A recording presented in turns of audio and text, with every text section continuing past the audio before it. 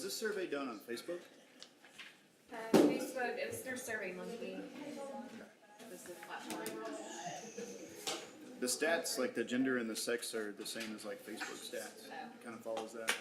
I mean, that's how we send it out this language. We didn't do any mail outs, so that would make sense. Standard. Cool. Microphone seems to be moving, I see, but I have a feeling I just kept wanting to go look.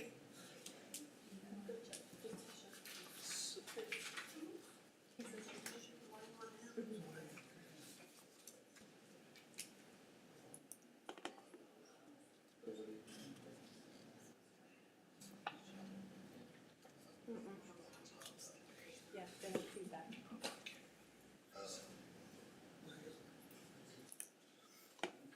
Mayor, we're checking the audio now.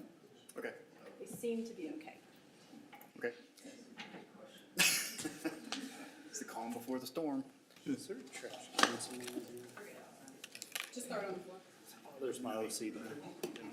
No, we're good. I'll throw it away after. I don't want you to have to do this.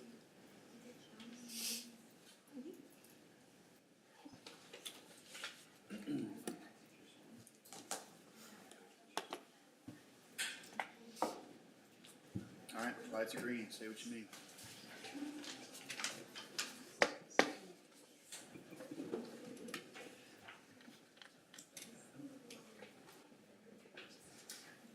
We're good? All right. And it's 6 o'clock. I'll now call to order this meeting of the City of Whitehouse Council for this evening, Tuesday, December the 14th, 2021. It is 6 p.m. Ms. Hargis, will you please call the roll? Yes, sir. James Wansley. Here. Zach Briscoe. Here. Georgia Harris. Here. John Chambers. Here. Michael Lowe. Here. And Heath Rosenstein. Here. We have a quorum. Thank you, ma'am. Reverend Mike Ford with Hill Creek Baptist Church is with us here tonight. Mr. Ford, if you'd please come up to the podium. Will y'all please stand if you're able and join Reverend Ford as he leads us in a word of prayer. Our Heavenly Father, Lord Jesus, this is an especially blessed time of the year when we celebrate your birthday. And so, Father, as these good people here tonight take the time out of their lives to be good stewards of the community and the ongoings and activities in the community, I ask that, Father, you would bless them. I pray, God, you would give them the kind of wisdom that they need that would be beyond themselves even. And Father, we thank you that we live in such a place as this, where we can meet freely like this, we can pray openly like this, and only in America, and especially here in East Texas, are we blessed. We thank you, Father, and we ask that you would, we give you our praise, and we just ask that you would bless this meeting now tonight. In Christ's name, amen. Amen. Thank you, Reverend Ford. All right, please join me in the Pledge of Allegiance. United States. I pledge allegiance to the flag of the United States of America, and to the republic for which it stands, one nation, under God, indivisible, with liberty and justice for all. The Texas flag? Honor the Texas flag. I pledge allegiance to thee, Texas, one state, under God, one and indivisible. Y'all are sounding great. Right. So that takes us into D, presentations, and item number 1 is the Whitehouse Youth Community Council Officer presentation with Coach Ross Smith and Kathryn Pratt, sponsors of this organization. Come on up, please.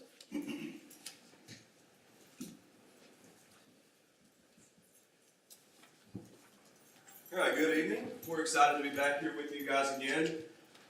Since the last time we met and introduced the entire council, these guys have been really busy. Shortly after our last meeting, Brian Brandt came and did a vision and mission session with these guys that was great. Very educational and a great way to develop our youth council as we began. After that, Ms. Black and Ms. Hargis were kind enough to come spend some of their time with them going through procedures of developing agendas and meeting procedures. And then it was exciting to see today, on the second Tuesday of the month, as outlined in the bylaws of the council, that they came together and held their first meeting using all those procedures, developed agenda, and conducted their first meeting. That was really great to see. So I introduce now, for our inaugural officers for the Youth Community Council, we have our mayor, Caden Black. Hey. Our mayor pro tem, Jonathan Bush. We have our council manager, Braylon Lindsay. And our council secretary, Avery Winfield. And not here with us this evening is our finance director, Josephine Owens. So it's definitely been great to see these guys be as excited as they can be and jump into this new council head first and get everything going. So I applaud these guys. I think they are really beginning this off, setting a great example and setting great precedent as the inaugural group for this council for the years going forward. So Congratulations. Good job. I'm gonna put him on the spot, but, so when Brian Grant came and met with us, we did develop a mission and a vision for our council, and I'm gonna let Mayor Black share it with you. We're very excited about this. Come on up to the podium, Mayor Black. That sounds very weird. Alright, so, as you said, we had a phenomenal meeting with him, and as a result, we came up with the following vision and mission statements. So, for our vision statement, we decided that it will be creating a long-lasting, positive impact for the community of Whitehouse by utilizing student leadership and engagement. And for our mission statement, the mission statement of the Whitehouse YCC will be the mission of the Whitehouse Youth Community Council is to ignite and fuel the development of our community by maintaining a driven mindset, promoting civic engagement, and accurately representing the people. Excellent. Yeah. Awesome. Well done. Very good. So those are really important. The mission statement. As you execute as a team, as you make decisions, as you move forward, your mission is what you're striving for. And when you think long term, what is this going to do for our organization, for the community? That's where your vision comes in. Those are really sound. Those sound amazing. Now, Mrs. Black has presented me with these pens, and because I'm the mayor, I get to do cool stuff like hand these pens to you guys. The council doesn't have these yet. So before council. So this is for you, and I'll leave that one for your finance director. And congratulations on your elected positions. This is amazing. And we look forward to seeing even more from you guys. You're going to keep us updated on projects that you identify and things that you accomplish and identify along the way, correct? Correct. Excellent. Thank you so much.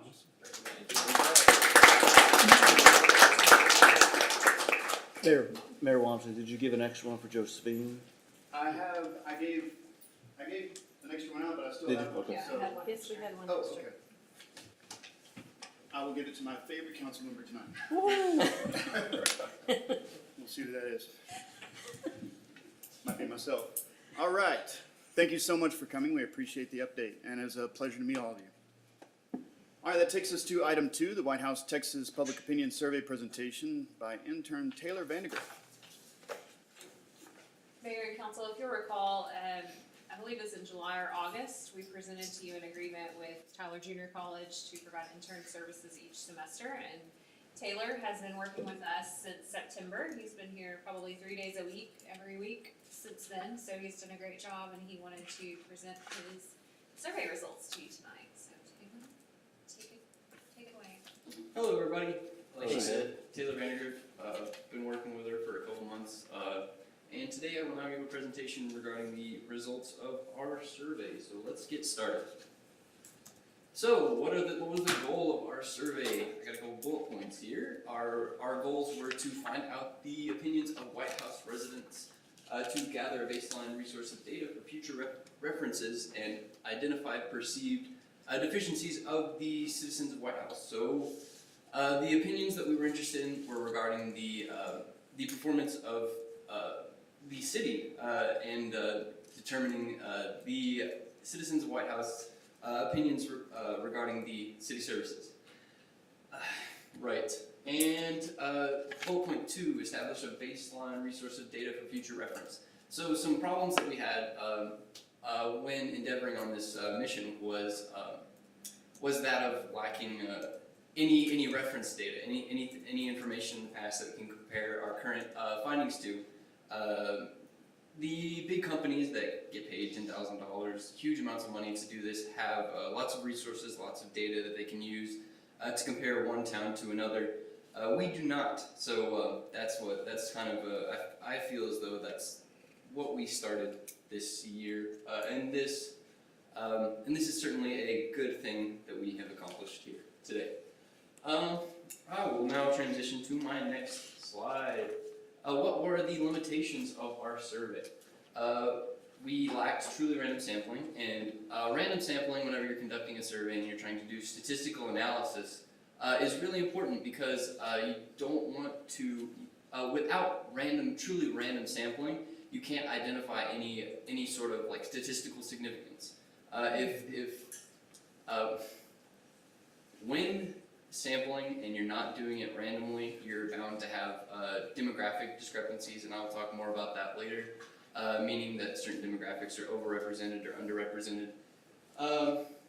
Yes, response bias, that is going to be referring to the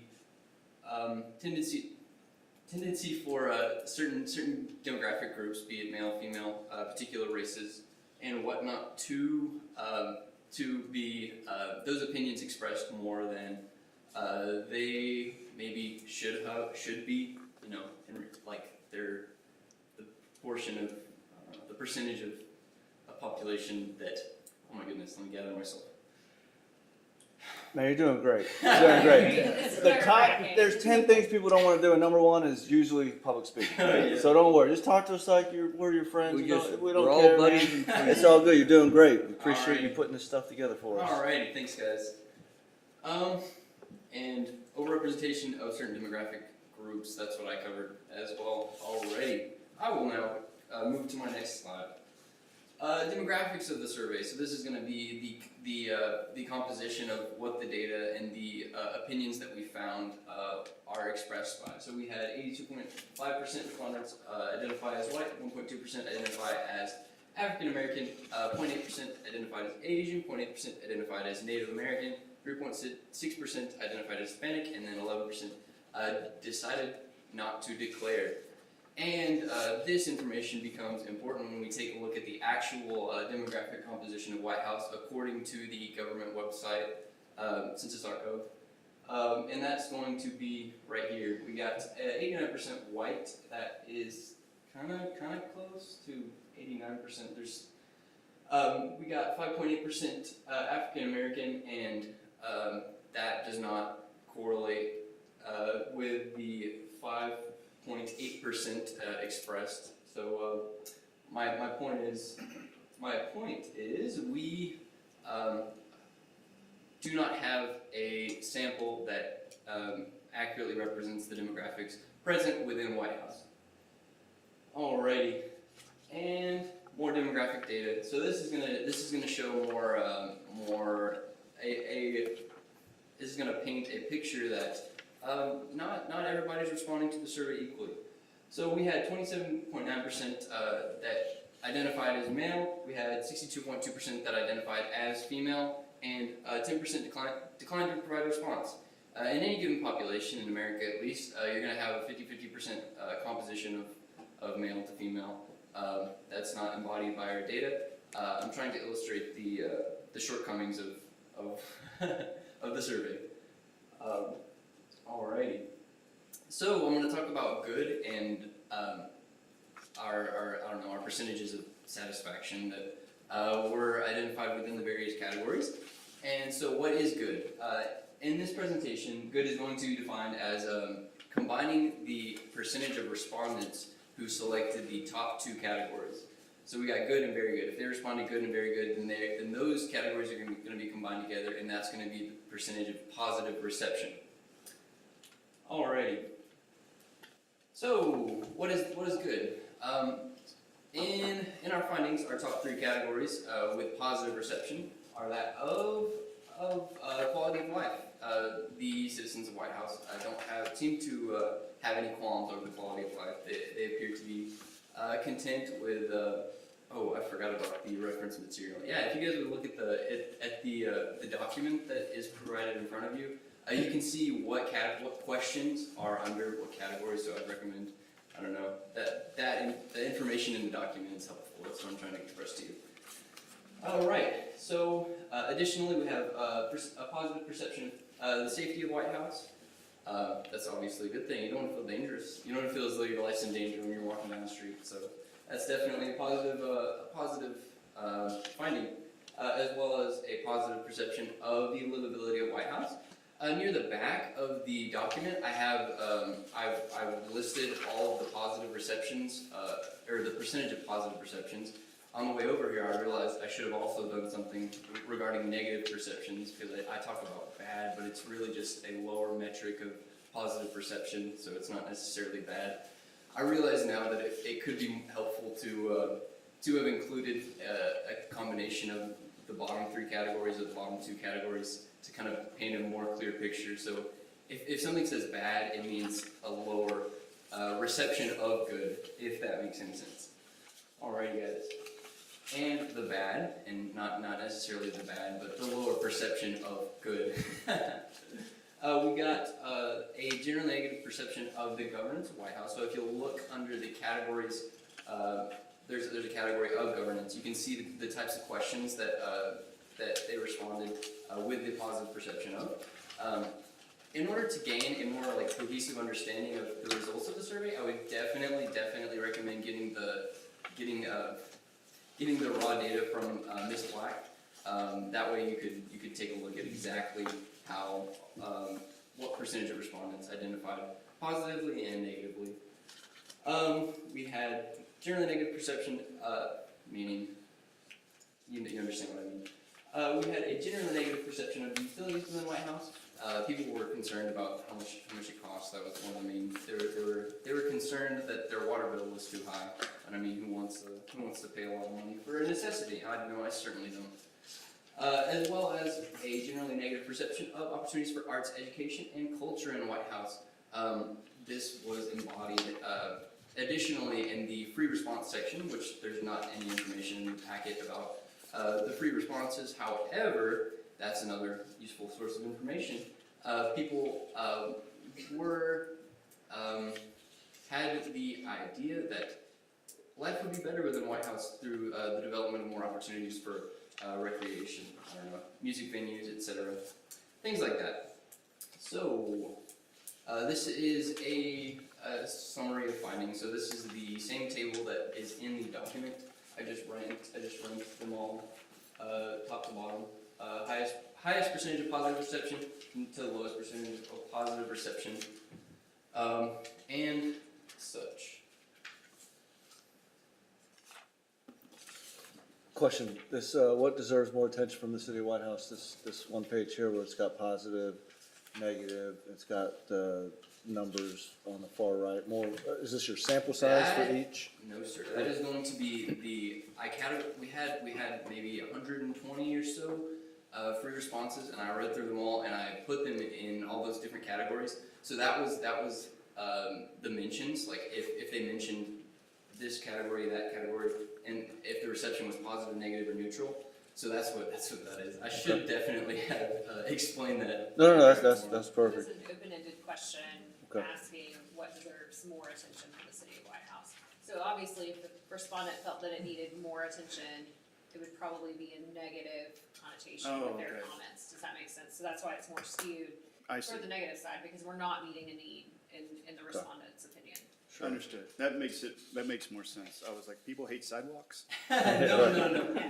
More sidewalks Yes. would be a negative or a need that we're not meeting Gotcha. currently. They don't like the status quo of lacking sidewalks. So that question is just more skewed to a negative response or a need that we're not meeting, because that's what we asked, what needs are we not meeting?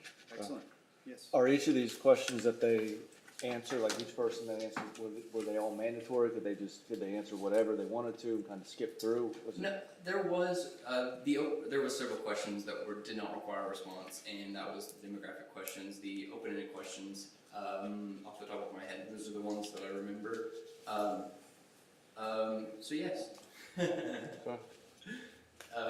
other questions at the moment? Looks like the lowest two were high-speed internet access, affordable high-speed internet access, and then culture, arts, and music. And if you already said that, I apologize, but they're glaringly the two lowest. All right. Yes, sir. Yep. So maybe that indicates that there were survey respondents at least. We don't know if it's the actual population of Whitehouse itself due to the limitations of the survey, but the survey respondents at least are indicating a perceived shortcoming in that area. Yes. I think another interesting deal was 50.4% of the people who surveyed or participated was 25 to 46 years old. I think Very powerful. So, Taylor, we talk about survey distribution, because that is a big reason why certain numbers or demographics are skewed, how we publish that. So it's completely a digital survey that we pushed out through Facebook and the newsletter. So it would be, this survey response would be prone True. to have certain demographics, age, and even gender-based, based on the distribution of the survey. But anytime we can get feedback like this, to me is valuable, because it's so hard to get feedback in some cases. Another thing I thought was interesting, transportation, bicycle. Man, that was way down there. Oh, I'm a bicyclist, and I struggle, especially today on 110. Oh yeah. But traffic enforcement, that was interesting, 58.59%. Traffic enforcement quality, I thought that was an interesting little deal. Taylor, what is your major? I'm doing government right now. I Are want to do political science later. Okay, good, because you're gonna answer this next question. So since we don't have a baseline for surveys with our community, and we did this to kind of start the ball rolling on that, would your recommendation be next to target who did answer and target some of the low areas and do it more in a mailing style? How do you think we can get better data? I think that is a complicated question. I think that there is going to be certain demographics, like maybe younger people are going to be more inclined to respond to electronic surveys. Maybe older people are going to respond to mail-in surveys, things like that. I think that how to proceed. I think that continue the program and maybe cumulatively come up with a solution. I think that the fact that the distribution of the electronic survey was so easy, I think that means that it's not necessarily a resource that we should abandon, but there's definitely a solution to solving the problem of non-random sampling, because that's the main problem is we don't have enough information about the citizens within Whitehouse to select a truly random sample to allow us to have a sample that is representative of our entire population. I don't know if I answered the question or if I just talked around it. No, you're fine. No, and the reason I'm asking is because I'm looking at some of these questions, and like my immediate thing is I want to follow up with another question, like how would you rate the job Whitehouse government does at welcoming resident involvement? That had a low response. And my follow-up to that is, did you not see the Facebook post inviting you to help decorate with the city and get free breakfast? And so I just wonder how many people that answered that negatively knew that there are opportunities that we do invite people. Like, that's kind of where I'm going. Like, how do we pull or extract from their brains what they do know is going on? And they might have been thinking about their experience when they moved to Whitehouse 8 years ago. What was Sure. it like for them as well? Yeah. I don't know. Some people have opinions and they aren't necessarily warranted. Some people have opinions that are warranted.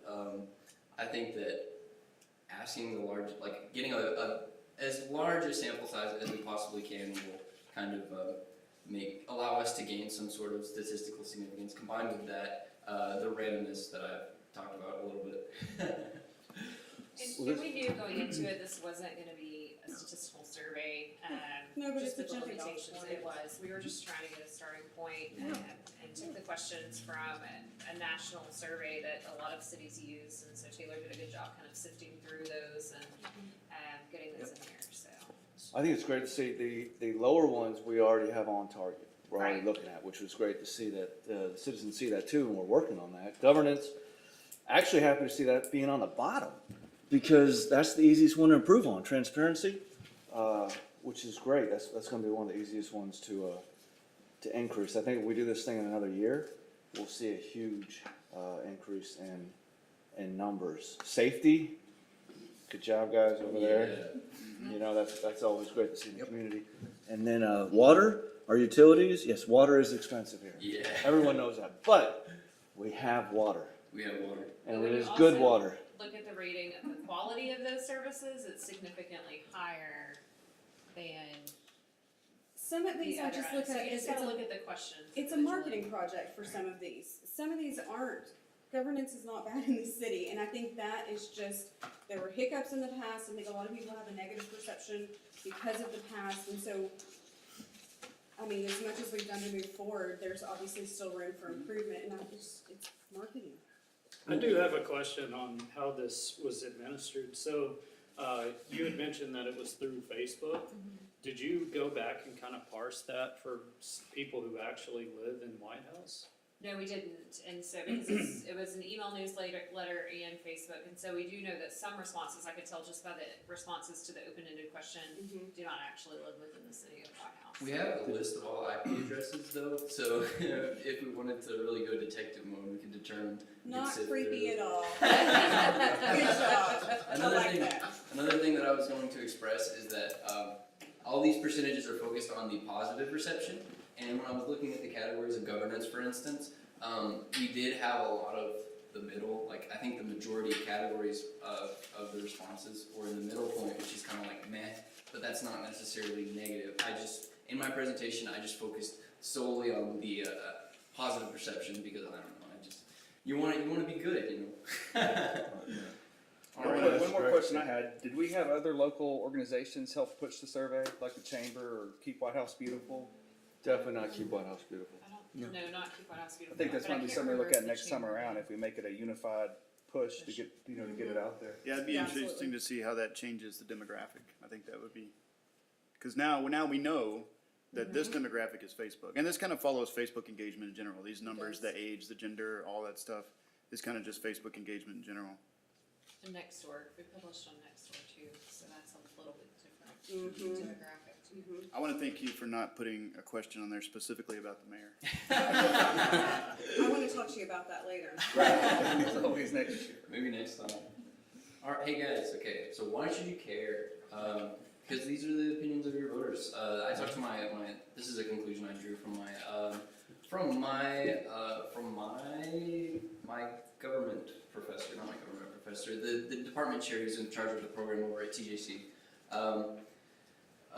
Due to response bias, due to an individual having a distrusting perception of government, that means that they're less inclined to participate in a survey. If they have a more positive perception of government, a more trusting perception of government, they're more likely to participate in a survey on behalf of government.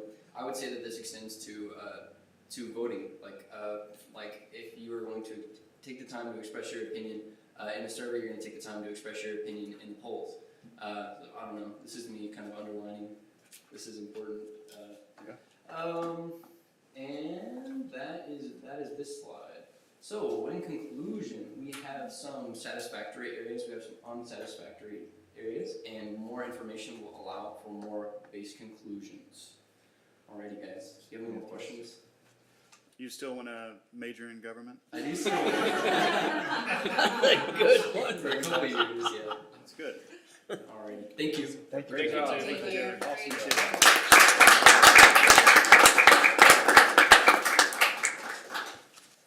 Thank you for tolerating our litany of precocious questions. All right, moving on to item D3, Munisight Asset Management Program presentation with Mr. Michael Brodeur.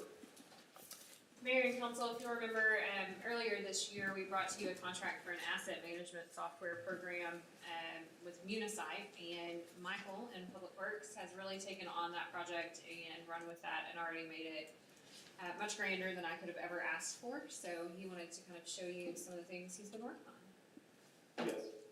So Munisight, like many other GIS programs, offers mapping of our water and wastewater lines, fire hydrants, manholes, The purpose of marking these assets is to better illustrate where our water distribution and wastewater collection systems are located, to help aid our current and new public work employees in isolating water line leaks and unstopping sewer stops.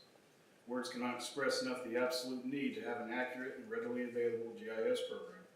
Munisight offers not only a web application access, but a mobile application as well, where operators may need to find the next shutoff valve for the main leak, or late night sewer operators to find the next manhole to run the sewer machine to unstop the blockage.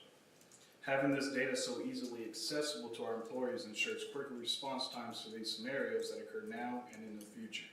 The faster the water operators can isolate a leak from the mobile application, because they can have it on their phone, or service connection, the faster the repair process can begin, and the more water that can be reserved in our distribution system. Next slide. Here is an image of all the information that we can fill out to better understand the age and the performance of our hydrants, and provide maintenance records of service dates and the accountability of the condition assessment taker. Not only that, but also provide visual representation of our hydrants and the date of those images were taken. Munisight also provides this data entry option for our water valves, sewer manholes, roads, street signs, water, and sewer mains.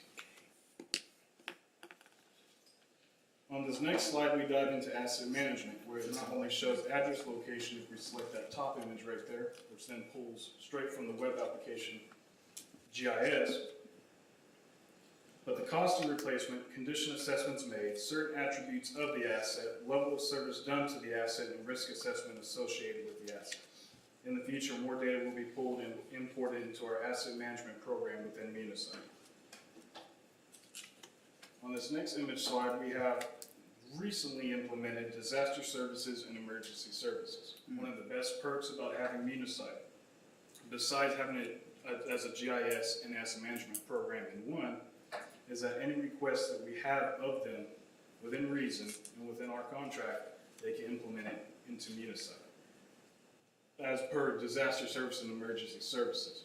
So this is part of our emergency risk management program that's been going on lately, to have a broader picture within all of the city of Whitehouse, staging areas for fire, police, EMS, volunteer, and routes associated with them. You may not see it on the map here now, but they do have traffic flow arrows for representing police, fire, EMS, volunteers, etc.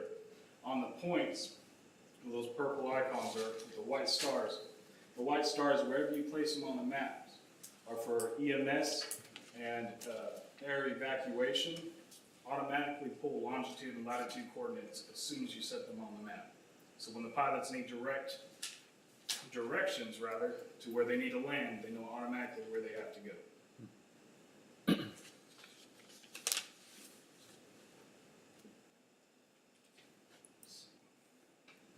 Disaster services show in the case of emergency, we can outline the disaster path, which is above the emergency services tab. The disaster services tab itself can outline and provide condition assessments on land parcel properties.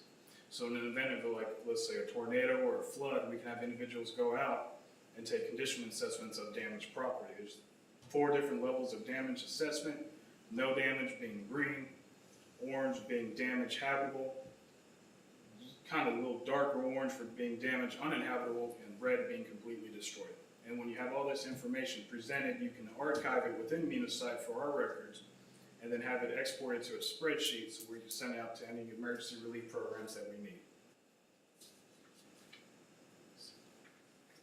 And then the next steps that we're working with Munisight is to continue working on emergency disaster layers and seeing if we can refine them to better suit our needs. We have recent information of another city started using disaster services, and it's benefited them greatly. Began doing condition assessment on our assets and utilizing the work orders associated with Munisight, and then continue inputting and correcting data from water and sewer mains and importing new residential lines. Any questions? No, this is fantastic. I just want to say that this city right here is very progressive. We were the first city in Texas to implement this software. And by far it is the best software for GIS that you could possibly do. They go above and beyond what you need them to do. It's super excited that our city manager was on board aggressively, brought it to the board, or brought it to the city council, and city council at that time approved it, but our city's in great hands with this software. Absolutely. And I wanted just to say to you as an example, as I work in those holes all muddy, as I get out and get calls at 2 o'clock in the morning about a major water leak, knowing exactly where I need to go and isolate this main is so helpful. I cannot even Yeah. express to you how much time it takes. 'Cause as soon as that line is off, that's when we can start pumping that water out and see what we're working with. Yeah, especially last year when it was covered in, or earlier this year, it's covered in snow. We had to look on Google Maps and zoom in to figure out where the water main shutoffs were, Absolutely. so.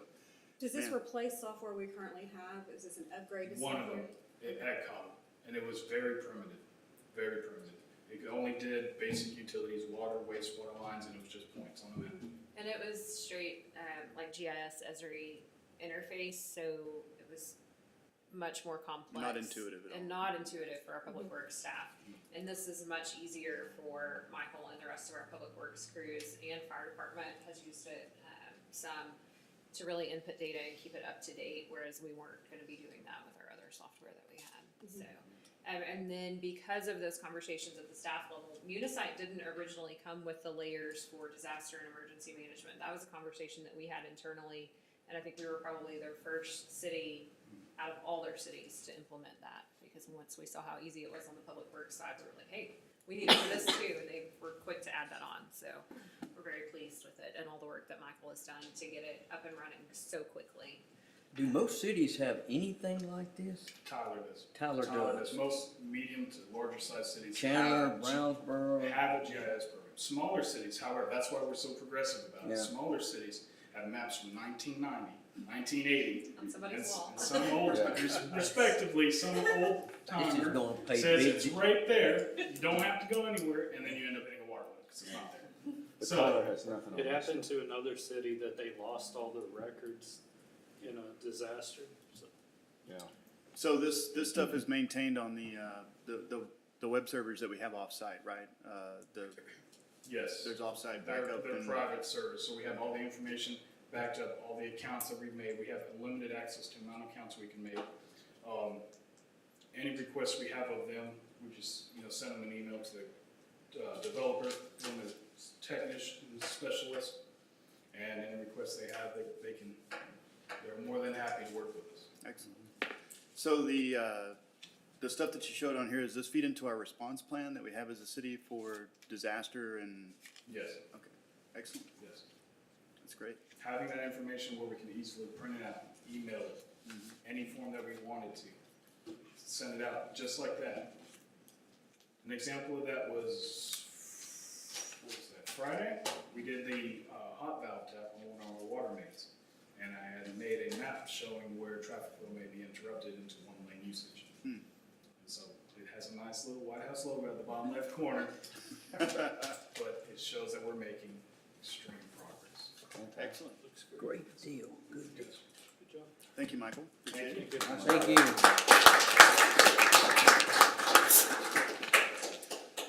All right, that looks great. So that moves us into item E, community interest. Yeah, we have a few items of community interest to share. Mrs. Black, please. Mayor and Council, the Chamber of Commerce annual banquet will be held, I believe that's a Thursday, January 27th. And just as a reminder, City Hall will be closed for the Christmas holidays, December 23rd and 24th, and New Year's Eve. That's not on here, but we'll be closed New Year's Eve as well. Yes, ma'am. And there should not be any trash impacts the week of Christmas, because Christmas is on Saturday, so. Excellent. Correct. Well, definitely enjoyed the Christmas parade. That was amazing. To all parties that put that on, I know that's a huge group effort. That's the city, that's the chamber, that's the EDC, that's KWB. It's a lot of our organizations, the school district, community partners, business owners, like all the people that came out, and the streets were just packed with people. It was great to see all that out there. And the Ray Terry dedication. Yeah, the Ray Terry dedication was amazing. If you go see the pavilion now over in the city park, you'll see that that's dedicated to the memory of Ray Terry. He was always a huge fan of Christmas and lights, for years and years, for decades. You drove down Acre Tap, you saw the light display that he had going every year. And It's amazing that I was talking to his son, so that house is gonna stay in the family, the light tradition's gonna keep going, so it's, made me feel so good to hear that. Project Joy as well, that group did an amazing job, toys for the community, hundreds of kids on those lists. We'll have a Christmas now, so, Santa came through for them. That's really great. I didn't know the high school student council did an angel tree this year. Yeah, It was, anybody? there's still 2 days left, so I until was gonna Thursday. say, as of this morning, y'all still had some kids on there. I don't know if there's something we can do to help push that out for you guys and get that closed up. Yeah, absolutely, so. I'm just talking to y'all because you go to the school. If you wanna contact the city council, Ms. Jackson, if y'all know her at all, there's a website, I don't remember where it is, but, it has like the virtual angel tree, so it's more accessible, but y'all can find that and sponsor it too. But that's kind of individual. Yeah, the school district's Facebook page has a link to the I Sign Up shared Genius. it, Yeah, so Sign Up Genius, you can tell which kids have already been sponsored, which kids still need sponsorship. And you're not just getting into something sight unseen, you can see their Christmas list and say, oh, okay, that's something that I wanna provide, so. Thursday, wrapped presents delivered to the school, that's what they're looking for, end of day Thursday. Which is early, they close at 12:30 that day, I believe, they close down a little bit early because they're in the final exams right now for this semester. All right, the rec is also putting in their floor. It's happening Thursday night at 6 p.m. Told Anthony I would give it a shout out, and he said that he could use a couple hands, but the flooring came in, it's Paladin of the Rec. It's something that the city co-sponsored along with the rec to get that in place. And it's gonna change, it's definitely gonna change the look and feel of that gymnasium. It's gonna be amazing. All They're right, gonna complete that pretty quickly too, aren't they? Isn't it a 2 or 3 day project and? it'll go in pretty quick, so the floor will get laid, they have people with that company that will come in and stripe it, and then they'll finish it. So it'll have a sheen on top, it'll look like a basketball gym floor, because it'll have that layer on top to protect the striping, all the stuff that goes on. If you get a chance, it's over there at the rec, it's stacked up by the wall over there, it's pretty amazing. I think he's planning for the gymnasium to be back open on Monday. I'm gonna throw this out there just so you can hold me accountable, I'm planning on doing a State of the City at the banquet on January the 27th. Working with the city staff on that, and may Good job. pull you guys in, I don't know what all it's gonna include at this point, but it'll be great to, while we have that audience there, just to give an update on the city. Maybe we can get that governance number up. Great. Good job, Mayor. Yep. All right, so, that takes us down to, anything else to discuss in the matter of, community interest, anything for council? All right, that takes us down to public forum. Did we have anybody to sign up for public forum, Ms. Hargis? No, sir. Nobody signed up? All right, so that'll take us down to the consent agenda. So the only item on our consent agenda this meeting is approval of the minutes of the previous meeting held November the 9th, 2021. So if no one wants to, okay. I'll take a motion on approving the consent agenda as presented. We'll make a motion. Second. Have a motion and a second. Any further discussion? All those in favor say aye. Any opposed, same sign. Hearing none, the motion carries. All right, so that takes us down to item H. One is the public hearing, discussion, consideration, and action on rezoning requests for a 15.19 plus minus acre subdivision located off of South Rainbow Drive in the Hamilton Park Estates subdivision, being all lots 26 through 77 according to the final plat thereof recorded in Cabinet E, slide 56D of the plat records of Smith County, Texas, from a single-family detached plan development R2PD to residential medium density. It's requested by Lewis Rippey and Conaway Homes. Wow, take it away, Mrs. Black, or Susan on this one. Okay. Mayor and Council, before you tonight is a request for rezoning from an old, no longer used zoning of single-family detached plan development R2PD to residential medium density R-M. The applicants, Lewis Rippey and Brent Conaway, would like to begin construction on this property that was originally zoned in 2006 and officially platted in 2008 for 103 homes. That was the plat for in 2008. A table of all the setbacks has been provided in your staff report, so that should explain some of the differences. The adjacent properties are zoned residential high density R-H to the west. That's that kind of brownish color there. Residential medium density to the northwest, and the remaining properties are zoned residential low. The homes on Mary Lane have a front setback of 25 feet and a side interior setback of 10 feet. Mary Lane is just above, oh, it's gonna be hard for me to show you, it's the street right here. It's the long street. Okay. The rezoning notice was published and mailed as required along with the sign posted on the property. I've received two phone calls regarding this. The callers only asked for information. They did not state if they were for or against the rezoning. The zoning change is compatible with the adjacent developments. Use of current zoning classification eases the review and approval processes, and the proposed changes are more closely aligned with smart city strategies. So staff is recommending approval, and Planning and Zoning Commission did recommend approval at their last meeting. Just as a reminder, Mayor and Council, the only question before you tonight is the change in zoning. It is not a plat request. The plat will come before you at a later date. Got it.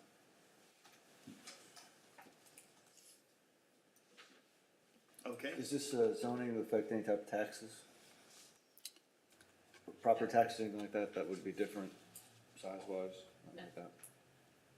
Will this somehow, will there be a road that combines, or connects the Hamilton Park right now that you get to off of Memory? No. No, I asked So- them. Okay, cause it's the same, That'd be nice. that is the name of that, the duplexes, right, too? Correct.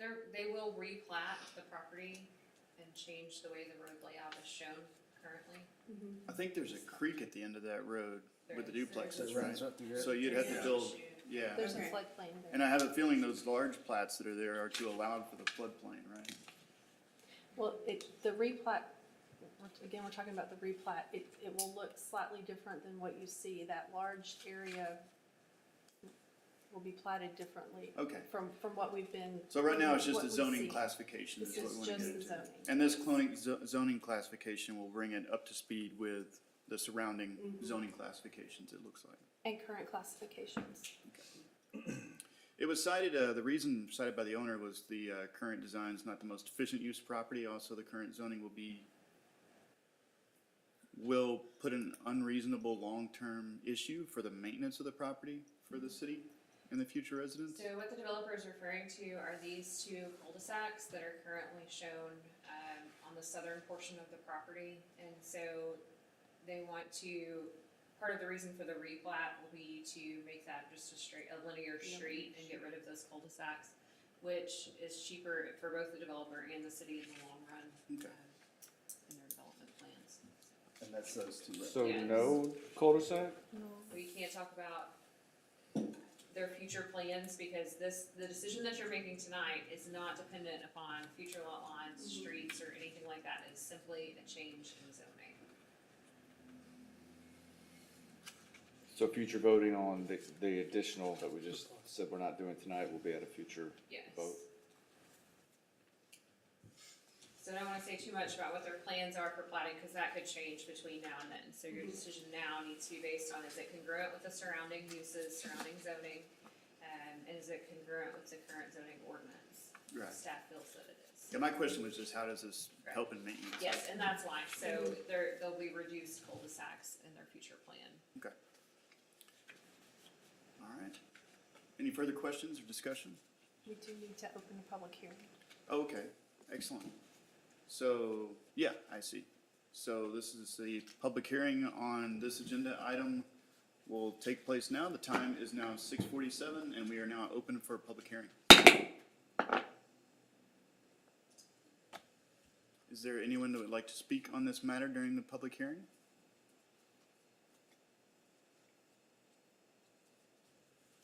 Why are the zones being congruent? Why is that desirable? So you have to. Come on up. State your name. My name is Taylor Vandergriff. Your address? My address is 2182 Pineview Drive, Tyler, Texas. And my question is, why are the zones being the same in the general area? Why is that desirable? So state law requires that you cannot do what is called spot zoning, meaning that you can not change the zoning for one particular piece of property, because it could either be to the severe detriment or to the severe benefit to that particular property owner. And so we have to make sure, according to state law, anytime we make zoning decision, that it's congruent with the surrounding areas. Thank you.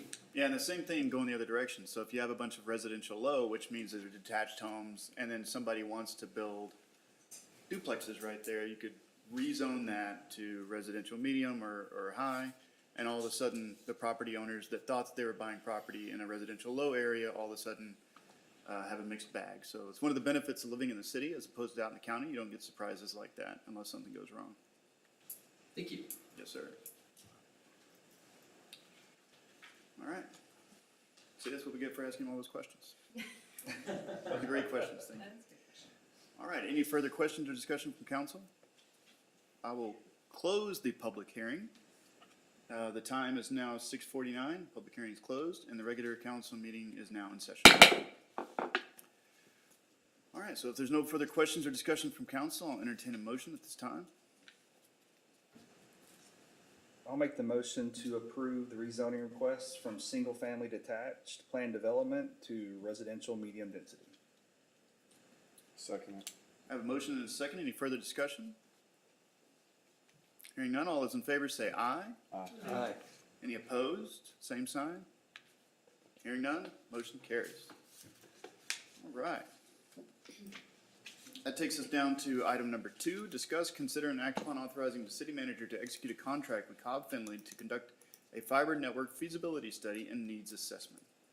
Mayor and council, if you'll remember earlier this year, we brought to you a request for qualifications to conduct a fiber network feasibility study and needs assessment. We received 2 bids back from 2 separate firms. However, one firm was past the deadline when their proposal was received. So the council authorized me to negotiate with Cobb Fendley to conduct this study. I've included a copy of their proposed contract and scope of work in your council packet, and staff is recommending approval. And we'll answer any questions you may have.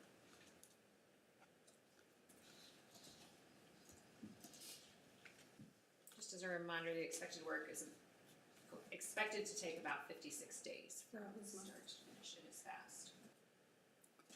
So it'll be late January, early February. Our payment, and you said, I had asked a question outside of this, but payments are divvied out on benchmarks? Yes, And either we it'll get be a certain- monthly invoice or when deliverables are received. Okay. So we normally operate with these type of contracts. Okay.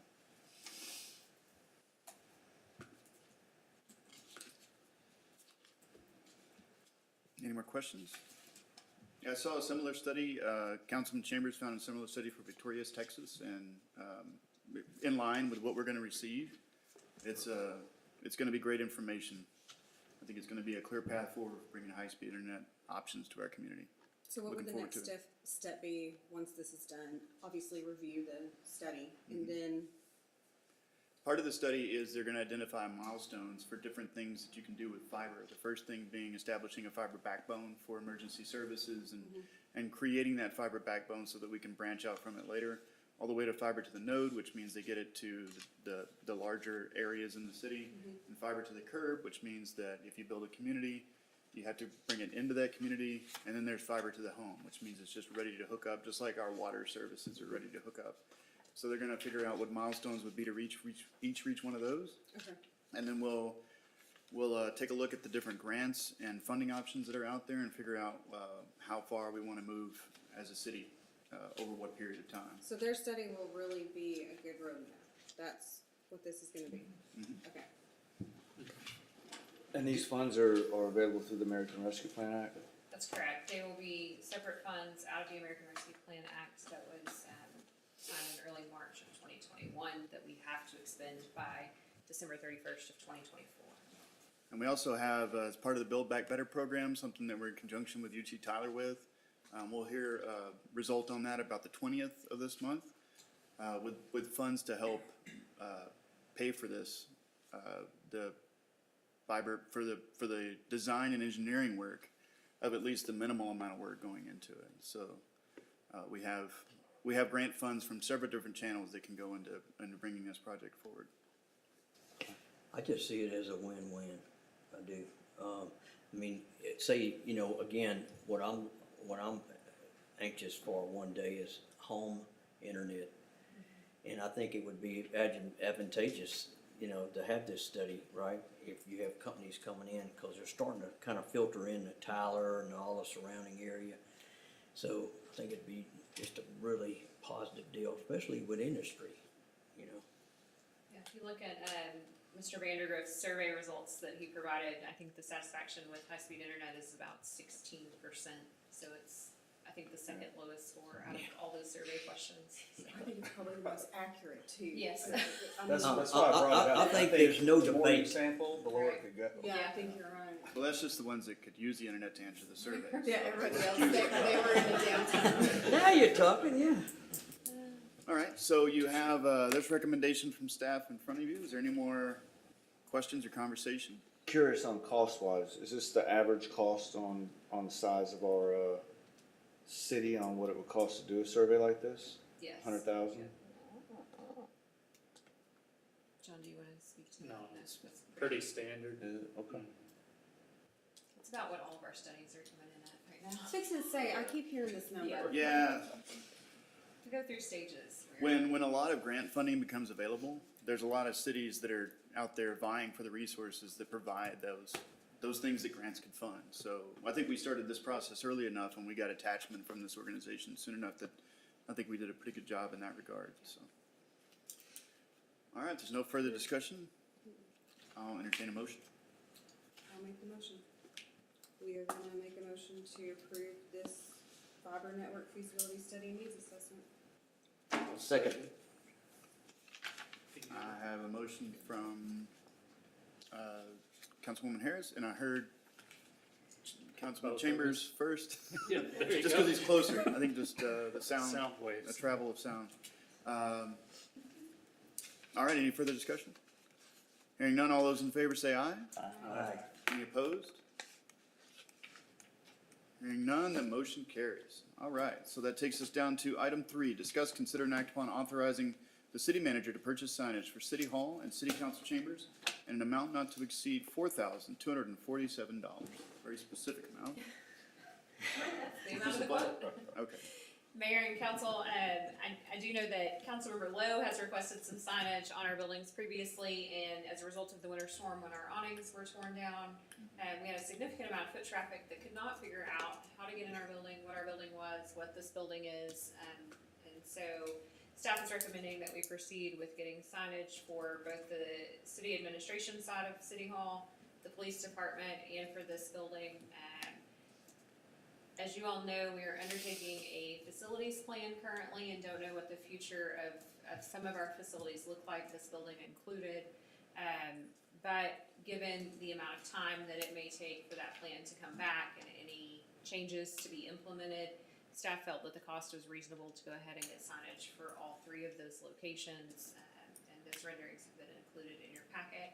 The reason why we're bringing this before you, this is not a budgeted item, it was something that we did talk about in the budget process and that we said we would bring back once we kind of had a better handle on what your end numbers would look like, and staff feels confident that we can certainly find the funding for this, because we finished the prior fiscal year at about $630,000 in revenues over expenditures, which was significantly more than what we expected, and we're in good financial condition to go ahead and move forward with this purchase. Are these attached permanently? Could they be repurposed if it came down to I would it? think so, yeah. Okay. I mean, they're attached, but Yeah, just But, screws and yeah. bolt Right. in. Okay. So yeah. I'll help take them down if, no Yeah, that was my problem. only question I had, is if, depending on how everything shakes out, could you move them? Sure you can, sure. Yeah, cool. Did we get multiple prices on this, or just this one contractor? I think we just did one. I think we tried to contact several other contractors and just haven't, just like everything else, it's hard to get a quote these days. I looked through this and it's very accurate for what I do in business. I don't know why, but I know the cost of what things that you hang on walls cost. And this looks totally normal to me, and I would not balk at this coming out of my paycheck. We buy a lot of signs for our sites too, and it looks like a really good price for what we're getting. Good. Yeah, we do, so we have a lot of meetings over here, in that other room, and people come in and try to pay their water bill. So it'll be great to, I've had people ask me which building is which for something coming to Whitehouse for, and so I know it seems silly, maybe or trivial, but it's not, it's step one of who you are. Mayor, we can open comment right now? yes, sir? All right, I have a little thing to say here. This is one of my pet peeves before I got elected. We need a sign on the building, okay? All right, you know, Buller's got one, Tyler's got one, Troop's got one, Chandler's got one, Jacksonville. Signs give an image of a city, okay? It prevents confusion. Visual communication boosts the image of our town, draws attention. This is a win-win. We need a sign on our building, okay? Period. Very passionate, love it, love it. All right, I believe here these we- big black here we letters are. will do all of that. Fire department's got one, we can get one. I think I already heard. Yes. So, Well, it sounds like we got a lot of knowledge on what signs cost on the council here, so that's fantastic to know. All right. Any further discussion or questions? All right, hearing none, I'll entertain a motion. I present a motion to pass, or to present a motion to approve this signage for our buildings here, for our great city of Whitehouse. Not to exceed. Not to exceed, the dollar amount listed on the actual, agenda, $4,247.00. Mayor, absolutely am joyful to second that motion. All right, I have a motion and a second. Any further discussion? Hearing none, all those in favor say aye. Aye. Any opposed, same sign. Hearing none, all signs point to we have a sign. Yes. All right, that takes us to item number 4, consider future agenda items. Here's what we have coming up on the agenda for the next meeting, which will be in January, second Tuesday in January, by the way. So at this time, if you have anything that you would like to put out to include on the agenda, now's the time. When is our next meeting? Second Tuesday in January. January 11th. January Well, 11th. January 7th, we will have a separate Yes. council retreat, and then January 11th will be your next meeting. Yeah, it lines up well. All right. Hearing none, that takes us down to item I, administrative reports. You received a report packet from staff.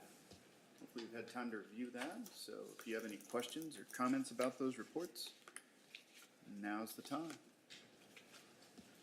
Always helpful. I really appreciate it, all the reports, because it's good to drink coffee in the mornings and read the reports. Is that one we're supposed to read then? Well, when you're retired, Some of the ones you sent, when you're old and retired. some of the stuff you sent for us to read was Yeah, it's good stuff. going cross-eyed reading it. All right. Yeah, I read every word of this and look at every every graph. So I'm sure the rest of the council's the same way. So really appreciate you guys putting this together. Sales tax keeps going up in a good direction. Yeah.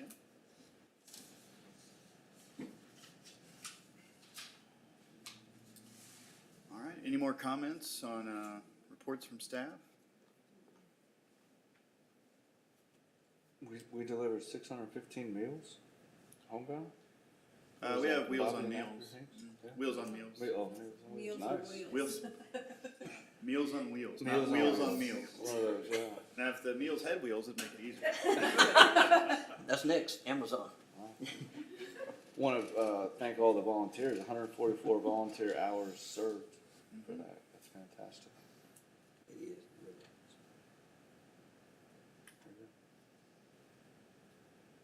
Anything else from council? All right, that brings us down to item J, executive session. Let's take a moment. Pursuant to Chapter 551 Texas Government Code, the City Council reserves the right to convene an executive session from time to time as deemed necessary during the meeting. City Council may convene an executive session to discuss any and all of the following topics pending or contemplating litigation, or to seek the advice of the city attorney pursuant to Section 551.071, possible purchase, exchange, lease, or value of real estate pursuant to Section 551.072, personnel matters, pursuant to section 551.074 and economic development negotiations pursuant to section 551.07.